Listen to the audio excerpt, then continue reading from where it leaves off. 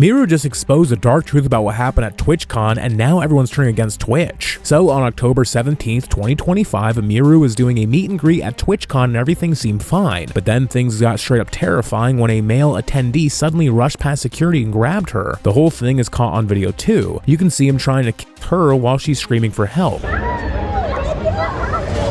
The whole thing immediately went viral and people are extremely upset, but here's where things get really dark, because what Twitch did afterwards is even worse than the assault itself. The next day, Emiru went live and decided to expose everything, and she didn't hold back. She starts by saying how scary the whole interaction felt. He grabs my face and he leans in and lips puckered, tries to kill me, and I start screaming, and then my security, Twitch's security, is like nowhere near me, nowhere to be found. Now, this sounds nothing short of terrifying, but as crazy as it sounds, it's the least problematic thing that happened at the event, because the security that was supposed to protect her didn't take her seriously at all. In fact, the guy seen jumping in and removing her attacker was part of Emiru's own security team. The Twitch security kind of got together after that and were like, wait, what happened?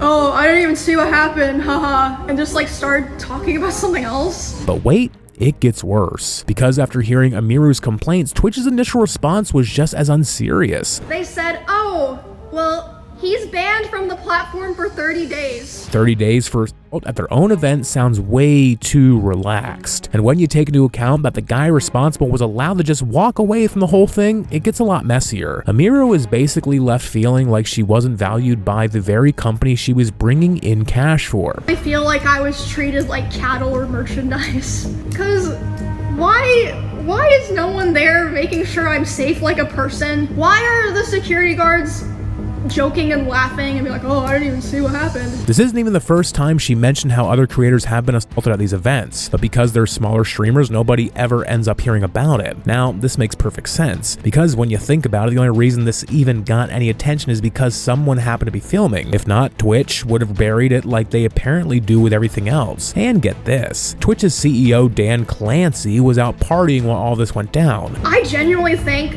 there have been other people who have been sexually assaulted, raped, who knows, worse at these conventions, and just nobody knows. So now Emiru announced that she's never going to another TwitchCon, plus she's pressing charges against her attacker, but she's also hinting that there's more to reveal. So where we're at right now. I could have died yesterday. Twitch eventually did ban the guy forever and promised better security in the future, but creators are calling it too little, too late. They're saying it's all just PR damage control, and now Asmongold and other big creators are threatening to expose even more, because apparently Emiru's story is just the tip of the iceberg. What do you think? Is Twitch really protecting its creators, or are they just protecting their bottom line?